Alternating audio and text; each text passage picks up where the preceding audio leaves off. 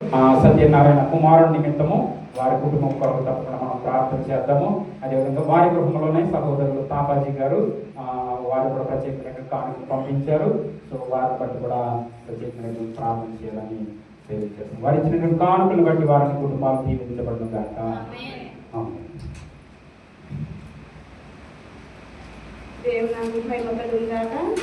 అలాగే పాస్టర్ గారికి కూడి వచ్చిన స్త్రీల సహవాసం సంఘానికి, అలాగే పురుషుల సహవాసానికి, దేవజనులకి నా హృదయపూర్వక వందనాలు తెలియజేయుచున్నాను.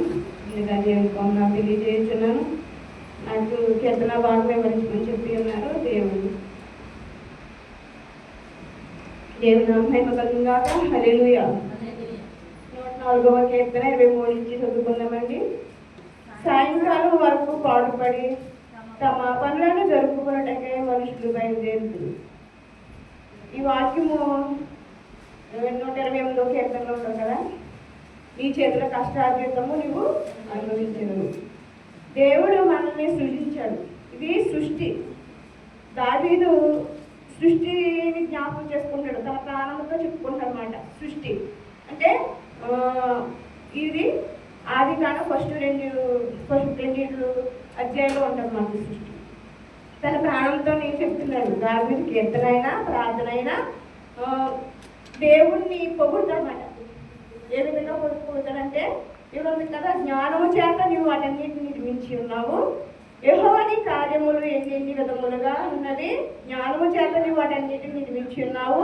నువ్వు కలిగి చేసిన వాటితో భూమి నిండి ఉన్నది. అగాధ విశాలం పైన సముద్రమును, అందులో లెక్కలేని జలరాశులను, దానిలో చిన్నవి పెద్దవి జీవరాశులను, అందులో ఓడలను నడుచుచున్నది. దానిలో ఆటలాడటకు నువ్వు నిర్మించిన మకరములు ఉన్నవి. తగిన కాలమును వాటిని ఆహారం ఇచ్చేదవు. తన ప్రాణంతో చెప్పుకోసనమాట. నువ్వు ఇలా చేస్తావు, నీ విధంగా సృష్టిని చెప్పుకుంటున్నాడు. దేవుడు దావీదుని నా హృదయానుసారమైన మనుషుడు అని చెప్తున్నాడు. నాకు ఇష్టమైన మనుషుడు అని ఒక వాక్యం ఉంటుందన్నమాట. దావీదు హృదయం అంటే, దావీదు హృదయానుసారం అంటే, దేవుడు హృదయం అంటే ఎంతలా కలిసిపోయాడు దావీదు. చూడండి, దావీదు తన ప్రాణంతో చెప్పుకుంటాడు అన్నమాట. సాయంకాలము పాటుపడి తమ పనులను జరుపుకునేకే మనుషులు బయలుదేరుతున్నారు. మనము చిన్నప్పటి నుంచి కష్టపడి పని చేయరు. కొంతమంది చిన్నప్పటి నుంచి కష్టపడక పని చేయరు, కానీ తర్వాత కష్టపడతారు. ముందు కష్టపడరు, తర్వాత కష్టపడతారు. ఇక్కడ వాక్యం చెప్తుంది ఏంటంటే మనం కష్టపడాలి. కష్టపడితే మన తినడానికి ఏమీ ఉండదు. స్త్రీ అయినా పురుషుడైనా కష్టపడాలి. సామెతల గ్రంథం 31లో ఉంటుంది కదా, 31:26 అనుకుంటా ఉంటుంది. ఆమె పని చేయకుండా భోజనము చేయదు. స్త్రీ గురించి చెప్తున్నప్పుడు స్త్రీ సహవాసం కాబట్టి ఆమె పని చేయకుండా భోజనం చేయదు. అదే చిన్నప్పటి నుంచి చాలా సుఖపడ్డారు కాబట్టి చాలా కష్టపడుతున్నాడు కదా అని అనుకుంటారు కదా. మనము కష్ట సుఖాలు దేవుడు చెత్తపరిచిండు అనమాట. నువ్వు కష్టపడిన కష్టార్జితము మన పిల్లలు మనమే అందిస్తాము. మనం కష్టపడ్డది మన పిల్లల కొరకే మనము పాడుపడతాం అన్నమాట. అలాగే ఇక్కడ ఆకాశ పక్షులు చూడండి ఎలా ఉంటాయి. తగిన కాలము నువ్వు వాటిని ఆహారం ఇచ్చి ఉన్నావు. తగిన కాలానికి దేవుడు ఆకాశ పక్షులకి ఆహారం ఇచ్చి ఉన్నారు. కానీ మనము ఇక్కడ చూడండి వాక్యంలో ఉంటుంది, ఏ సమయానికి ఏది ఇవ్వాలో ఆయన సృష్టించాడు కాబట్టి ఆయన తెలుసు.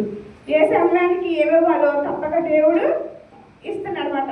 ఒక పక్షులకి అన్నింటికి దేవుడు ఇస్తున్నాడు కాబట్టి మనం సృష్టించిన ఆయన పోలికగా సృష్టించిన మనుషులకి దేవుడు కూడా ఇక్కడ మత్తయి సువార్తలో ఉంటుంది కదా వాక్యము. మత్తయి సువార్తలోని 6:36 ఉంటుంది కదా. ఆకాశ పక్షులను చూడండి, అదెంతము కోయవు, కోటలలో కూర్చుకున్నావు, అయినా మీ పరలోక తండ్రి వాటన్నిటిని పోషించున్నాడు. మీరు వాటికంటే శ్రేష్ఠులు కారా అని దేవుడు చెప్తున్నాడు అనమాట. మనము ప్రతిదీ చింతిస్తాము, కానీ ఆకాశ పక్షులు దేవుడు ఏ విధంగా చేశాడో ఆ విధంగానే నడుస్తాయి. ఇక్కడ నీవు ఊపిరి విడువగా అవి సృజింపబడును. అట్లు నీవు భూమి ఇక్కడ ఉంటుంది కదా. ఫస్ట్ నీవు వాటికి ఊపిరి తీసివేయనప్పుడు అవి ప్రాణములు విడుచును, మంటి పాలవును. నీవు నీవు నీ ఊపిరి విడువగా అవి సృష్టింపబడును. ఇక్కడ ఆది కాలంలో ఫస్ట్లో ఉంటుంది కానీ దేవుడు ఊపిరి ఊదాడు. ఆయన ఇచ్చిన ఊపిరి ఆయన మళ్ళీ తీసుకునే వరకు మనం ఉండాలి. అంతేగాని ఇప్పుడు ఏమంటారు, నేను కష్టాలు భరించలేకపోతున్నాను, శ్రమలు భరించలేకపోతున్నానని కొంతమంది మధ్యలో చనిపోతారు. కానీ ఆయన ఇచ్చిన ఊపిరి ఆయన ఇచ్చే వరకు మనము ఆ ఊపిరిని కాపాడుకోవాలి. ఆయన ఇచ్చిన ఊపిరి ఆయనే తీసుకోవాలన్నమాట. దయచేసి తండ్రి వద్దకు తన ఆత్మ చేరును అని అంటారు కదా. మనకి ఎన్ని కష్టాలు వచ్చినా, ఎన్ని బాధలు వచ్చినా, దానికి ఎన్ని కష్టాలు వచ్చినాయంటే మనకు తెలియదు ఏముంది. బైబిల్ చదివితే సమస్తము తెలుస్తుంది అన్నమాట. దావీదుకి ఎన్ని కష్టాలు వచ్చినాయి. దావీదు తన మామ ఎంత భయంకరంగా హింసించాడు. తన ఆ తాచి తట్టుకోలేక పారిపోయే గుహలో కాకుంటే ఫస్ట్ సమయాల రంగంలో ఉంటుంది కదా, కీషు ఇక్కడ ఉంటుంది వాక్యము. అంతటా దావీదు సౌలునకు భయపడినందున అతడు మన చదవండి 21 నేను చదివేస్తాను. కాబట్టి దావీదు ఈ మాటలు తన మనసులో ఉంచుకుని కాదు రాజు అయిన కీషు బహుగా భయపడాడు. కాబట్టి దావీదు వారి ఎదుట తన చర్య మార్చుకుని వెర్రివాడి వలె నటించాడు. వెర్రివాడి వలె రాజు, అతను ఒక రాజుగా నియమింపబడిన రాజు అయి ఉండి కూడా తన వెర్రివాడిలాగా నటించాడు. ఎన్ని కష్టాలు పడ్డాడు. తన భార్య విషయంలో కష్టాలు పడ్డాడు. తన భార్య అవమానించింది అయినప్పటికీ. కానీ దావీదుని సౌలుని చంపడానికి దావీదుకి సమయం వచ్చింది చంపాలని. కానీ దావీదు ఏం చేశాడు, దేవుని చేత అభిషేకింపబడిన వాడిని ముట్టకూడదు అని ముట్టుకోలేదు. కానీ తన కష్టాలు పడుతూ ఏం కీర్తనలు రాశారన్నమాట. నువ్వు ఇచ్చిన ఊపిరి నువ్వు తీసుకునే వరకు పక్షులు ఎలా ఉన్నాయండి, పక్షులు దేవుడిచ్చిన ఊపిరి తీసుకునే వరకు ఉంటున్నాయి. కానీ మనుషులు అయితే అలా ఉండట్లేదు. ఆకాశ పక్షులు చూడండి ఎంత ఎంత ఎంతలా ఉంటాయో, దేవుని స్థుతిస్తాయి. కానీ మానవుడు ఏం చేస్తున్నాడు, చిన్న కష్టాలు వచ్చినప్పటికీ చనిపోవాలి, ఏదన్నా తినేసి చచ్చిపోవాలి అనేసి మంచిరికంగా చనిపోతున్నారు. కానీ మనం అలా చేయకూడదు. మనము కష్టాలు వచ్చినప్పటికీ నిలబడి దేవునిలో ఉండి దేవుని శక్తిని మనము గ్రహించి, ఈ వాక్యము నేను ఎప్పుడు వాక్యం చదువుతానండి. ఎప్పుడు డైలీ నాకు వాక్యం అంటే చాలా ఇష్టం. నేను ఎప్పుడు వాక్యం చదువుకుంటూ ఉంటాను. నేను ఇందులో అన్ని వివరించుకుంటూ, నాకు నేనే కష్టం వచ్చినప్పుడు దేవుని వాక్యం చదువుకుంటాను, సంతోషం వచ్చినా దేవుని వాక్యం చెప్పుకుంటాను. ఎందుకంటే నా సాక్ష్యం చెప్పాలని ఆశపడుతున్నాను. ఎందుకంటే ఈ విషయం ఎందుకు చెప్పాలనుకుంటే, మనుషులు మానవులు కష్టాలు వచ్చినప్పటికీ చనిపోవాలని ఒక శాతాను క్రియేట్ చేస్తారన్నమాట.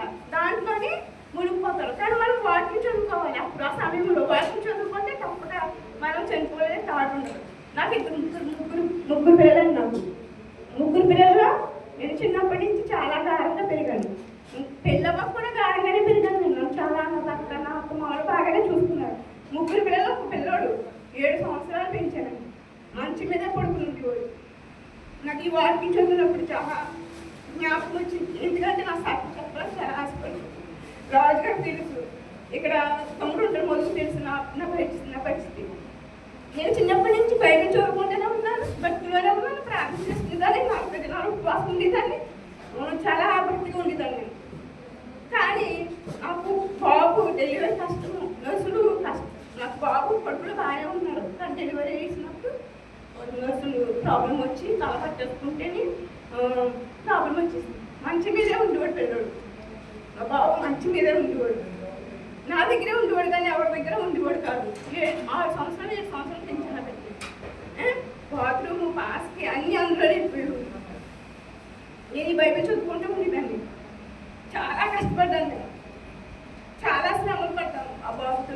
చిన్నప్పటి నుంచి ఇంత పట్టేసాను. కానీ మా ఇంటికి వస్తే కౌంట్లు ఉండేవాడు.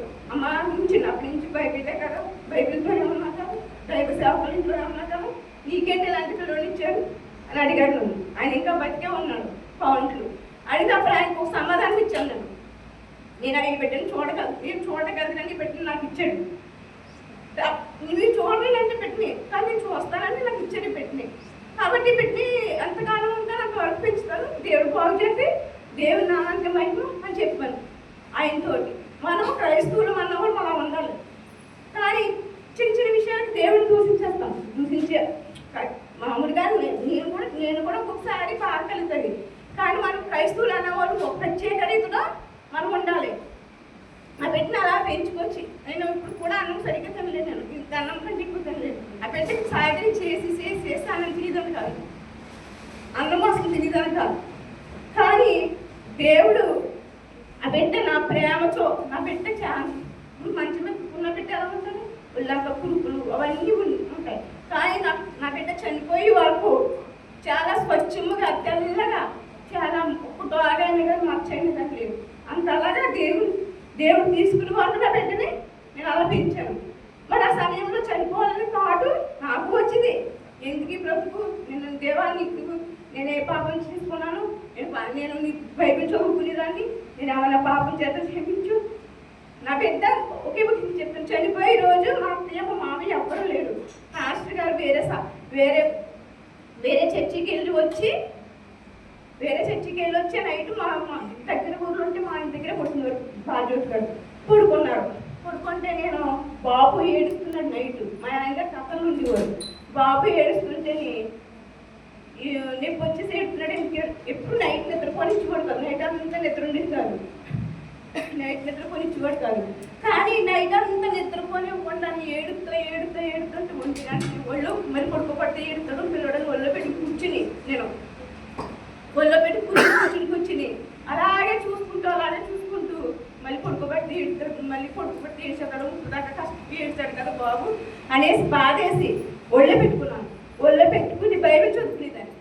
నేను నైట్ ఏంటి అత్తలేదులేంటి పగలేంటి బైబిలే చదువుకునేదాన్ని, ఎక్కువ ప్రార్థన చేసుకునేదాన్ని. కానీ దేవుడు ఆ బిడ్డ చనిపోయాడు, నా ఒళ్ళోనే చనిపోయాడు, కానీ బతికే ఉన్నాడు అనుకుంటున్నాను. నేను ఉదయం లేసి చూసేటప్పటికి పిల్లడు మాట్లాడకపోతుంటే పాస్టర్ గారిని పిలిచి అయ్యో మాట్లాడలేదు అంటే అప్పుడు ఆ బిడ్డ చనిపోయాడమ్మా. ఆ బిడ్డ అంటే నాకు చాలా ఇష్టము. నాకు ఈ ఊపిరి గురించి వచ్చినప్పుడు ఆ బిడ్డ గుర్తొచ్చాడు. నా సాక్ష్యం చెప్పాలి దేవుని సన్నిధిలోనే అనుకున్నాను. ఆ బిడ్డ దేవుడు కొట్టించి చనిపోయాడమ్మా అని చెప్తే చాలా ఏడ్చాను. దేవా నీ బిడ్డ నువ్వు తీసుకున్నావు అనేసి. దాంట్లో ముందే చెప్పుకొని చనిపోతుంది అబ్బాయి చైతన్య దాంట్లో చనిపోయాడమ్మ బిడ్డని తీసుకోవాలన్నారు. కానీ ఆ బిడ్డని చనిపోయాడన్న ఆ బిడ్డని సంవత్సరం పెంచాను నేను. చనిపోయాడు తీసుకోమని ఆ బిడ్డని సంవత్సరం బిడ్డ బతుకాడు. మనము దేవుడు ఇచ్చింది ఏదైనా సరే, మంచి అయినా సరే, చెడు అయినా సరే, మనము దేవుని కొరకే పెంచాలి తప్ప మనము బిడ్డలైనా సరే, మన జీవితమైనా సరే, మన కష్టమైనా సరే, మనం అప్పుడు బాగాలేకపోయినా సరే మనం దేవుని కొరకే నిలబడాలి తప్ప మనము దేవుని దూషించే వరకు మనము ఎందుకు ఆయన ఊపిరి ఇచ్చాడు కాబట్టి ఆయన ఊపిరి తీసుకునే వరకు మనము దేవుని కొరకే బ్రతకాలి. మధ్యలో చనిపోవాలని థాట్ ఎవరికి రాకూడదని నేను వాకింగ్ ద్వారా తెలియజేస్తున్నాను. చిన్న సాక్షి దేవుడు దీవించిన చిన్న వాటిని దేవుడు మీ అందుకున్నాను.